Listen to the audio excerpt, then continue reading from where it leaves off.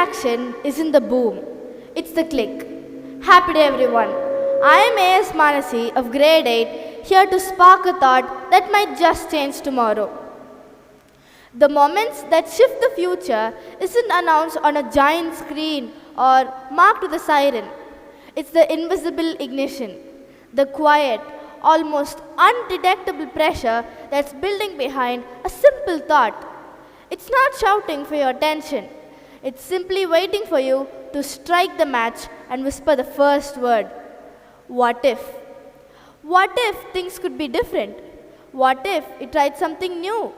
What if the future isn't written yet and we get to help write it? That's its power. It's not a guarantee. It's not a promise. It's a door, and it's up to us to walk through it.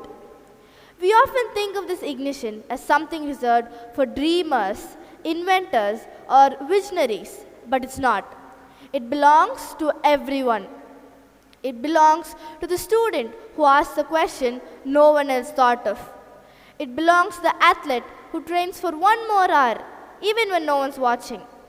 It belongs to the quiet thinker who sees patterns others miss. It belongs to the person who dares to imagine something better, even when the world says, that's impossible. History is full of people who believed in the power of this force before anyone else did. They looked at the world not as it was, but as it could be. They weren't always the most loudest, they weren't always the most confident, but they were curious, they were brave, and they were willing to try. This unwritten force begins with curiosity. It begins with the willingness to ask questions without knowing the answers. It begins with the courage to explore, to experiment, to fail, and to try again. Now, let me tell you an experience of mine. I remember playing in the race basketball tournament in grade 7. I trained hard, felt confident, and gave everything I had. We made it all the way to the finals. The energy was unreal. Crowds cheering, teammates locked in, and every moment charged with intensity. I was focused, determined, and ready to leave everything on the court. And I did. In fact, I played my heart out. Every pass, every shot, every sprint, I gave it everything, but we lost. We came in second. It hurt, not just because we missed the win, but because I believed we could take it. I wanted that championship. I could see it, I could feel it, and then it was gone. For a while, that loss sat heavy. I replayed moments in my head, wondering what I could have done differently. But slowly, I began to see it differently. The game didn't define me by the scoreboard. It defined me by the effort, the fight, and the heart I had showed. I had shown up, I had competed, I had proven to myself that I belonged on that court. That moment didn't break me, it built me. It showed me that courage isn't about always winning. It's about daring to try, even when the outcome isn't guaranteed. Failure, in fact, is one of this power's closest friends. Because every time we fail, we learn. Every time we fall, we discover what doesn't work and get one step closer to what does. This power doesn't fear failure. It feeds on it. So, why do we fear the mess of learning more than the stagnation of never trying?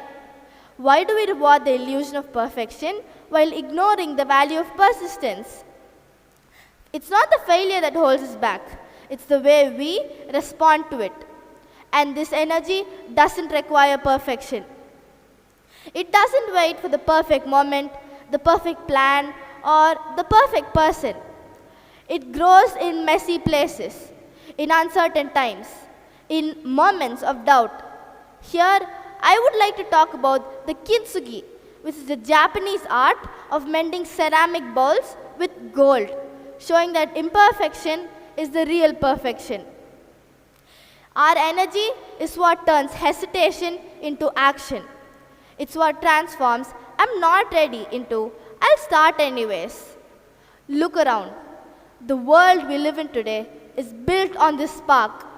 The technology we use, the medicine we rely on, the art we admire, the movements that have changed society, none of it existed until someone believed it could. But this isn't just about big inventions or global change. It's also about everyday courage.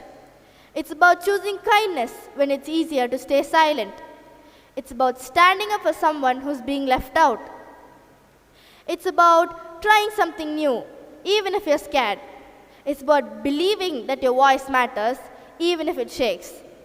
This spark is personal. It's quiet. It's powerful. And it's contagious. Because when one person dares to believe, others follow. When one person takes a step forward, others find the courage to move too. This power spreads. It multiplies. It grows. It leaps from voice to voice, from action to action. And before long, what felt impossible begins to feel inevitable. So, what does it mean to live with this momentum? It means asking what if more often. It means listening to ideas that sound strange or new. It means being open to change, even if it's uncomfortable. It means trying, failing, and trying again. It means believing that the future isn't fixed and that we have the power to shape it, because we do. Every time we imagine something better, we plant the seed of an invisible ignition. Every time we act on that imagination, we help it grow. Every time we share it with others, we build a world where more is possible for everyone. Because hope is the quiet architect. It sketches futures before they're real. And what once felt impossible begins to feel within reach. So today, I invite you to believe, not in guarantees or perfection, but in possibility, in the quiet strength of a new idea, in the courage it takes to begin, in the power of showing up, especially when it's hard. Trust in your voice, even if it shakes. Believe in the unanswered questions, in the dreams that feel too big, in the steps that feel too small but matter. Believe in the messy middle, in the uncertainty, the doubt, because hope doesn't wait for clarity. It waits for movement. It waits for you to try. And when you do, when you take that first step, you'll find that possibility was never far away. It was always within you, quiet, patient, and ready. So walk forward, not because you're certain, but because you're curious. Not because you're willing to ask all the questions, but because you have the answers. That's where possibility lives. And that's where change begins. And once you do, you'll see it everywhere. In ideas, in people, and why, even in yourself. And you'll realize that the power of possibility isn't just about what it could be.